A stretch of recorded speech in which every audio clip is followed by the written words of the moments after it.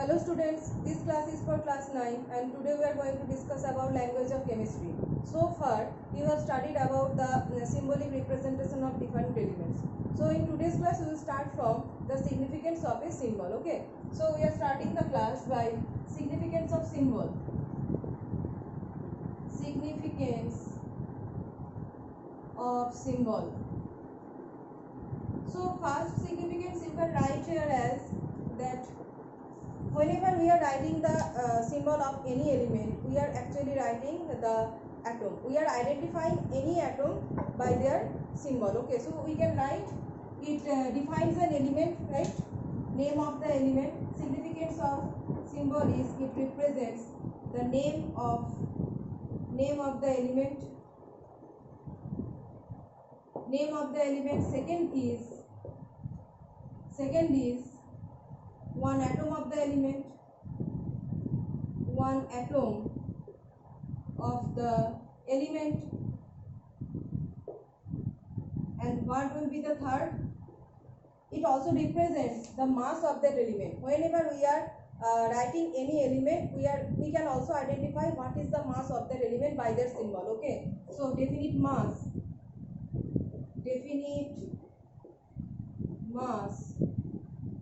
of that element. Okay, so these are the three significance of a symbol: name of the element, one atom of the element, and definite mass of that element. Okay, so now we are going to the symbolic representation of some compounds. Okay, we have studied two types of compounds, that is compounds of elements of compounds, right? You have studied about compounds. So there are molecule of an element or molecule of a compound. Okay, molecule of an element and molecule of a compound. Two types of molecules are there. You have studied. So symbolic representation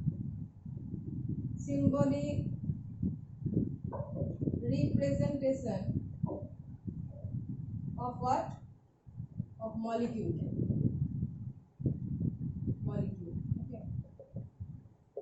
So in symbolic representation of molecule, it is known as molecular formula. Okay, whenever we are writing any molecule by their symbolic representation, it is known as molecular formula. Okay. It is known as molecular formula. Suppose I am writing the molecular formula chlorine gas. We can write it as chlorine. For oxygen gas, we are writing as O2, oxygen, right? So, and for chlorine gas we have written chlorine, oxygen, fluorine, etc., etc. These are some molecular representation. Like we can also write bromine, iodine, like this. So you can see that in all these molecules the elements are same.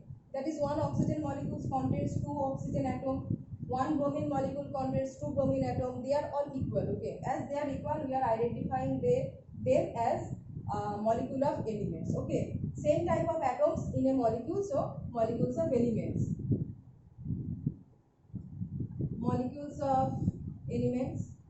And what are molecules of compounds? Whenever there exist different types of atoms, like I am considering about ammonium chloride. Okay, in case of ammonium chloride, the molecular symbolic representation is NH4Cl. So see here, there are three different types of atoms, that is one nitrogen atom, four hydrogen atom, and one chlorine atom, right? So there are two types of molecules of elements and molecules of compounds.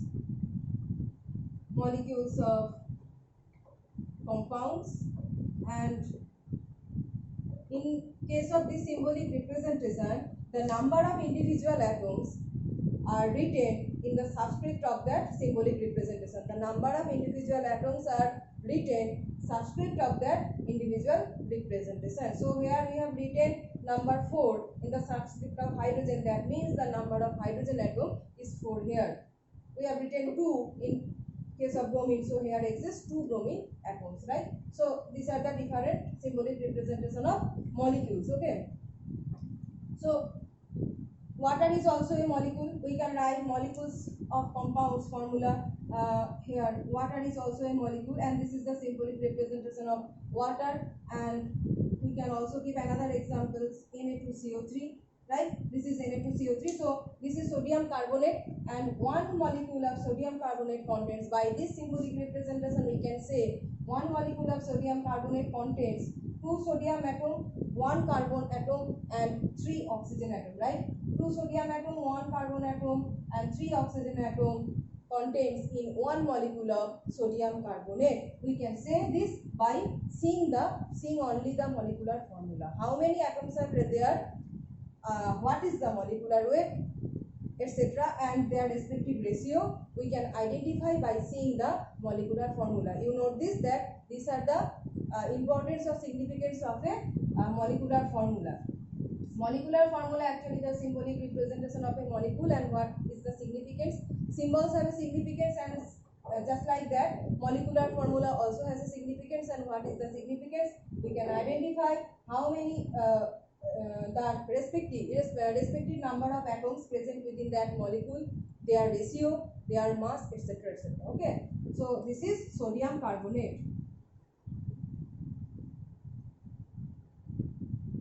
Sodium carbonate. And if we say what is the ratio of sodium, carbon and oxygen here, the ratio of sodium is to carbon is to oxygen is 1 is to, sorry, this is 2 is to 1 is to 3, right? This is the ratio of individual atoms present within that atom, and we can also identify the mass of that molecule. Okay, so next we are coming to the valency. What is valency? In your atomic structures chapter you have read about valency, so you know you have the preliminary idea about valency, and we are again reminding that idea, that is what is valency. It is the valency is the combining capacity of any element with other element, right? It is the combining capacity, we can write combining capacity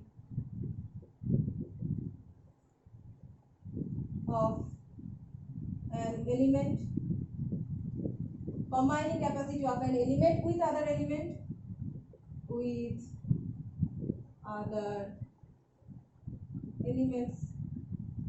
combining capacity of an element with other elements. Now, how can we explain? Suppose I am identifying water molecule, H2O, water molecule, okay, OHH. See this. Actually, combining capacity of an element with other element, primarily we define this valency by the number of hydrogen atoms or oxygen atoms. It is valency is equal to the number of hydrogen atoms the element is attached to it, or double the number of oxygen atoms. Suppose first see this example. In water molecule, oxygen is attached with 2 hydrogen atom, as oxygen is attached with 2 hydrogen atom, so the valency of oxygen is 2. Valency equal to 2 we can write. As oxygen atom is attached with 2 hydrogen atom, its valency is 2. Now in case of ammonia, see one nitrogen molecule, one nitrogen atom is attached with 3 hydrogen atom, so its valency is equal to 3. So we can define that valency is equal to the number of hydrogen atoms with which the element is attached. Okay, with which the element is attached. Now, what in case of oxygen? Valency is double the number of oxygen atoms the element is attached. I am giving the examples with respect to oxygen. Like I am writing about magnesium oxide. See here, the number of oxygen atom is 1. The number of oxygen atom is 1.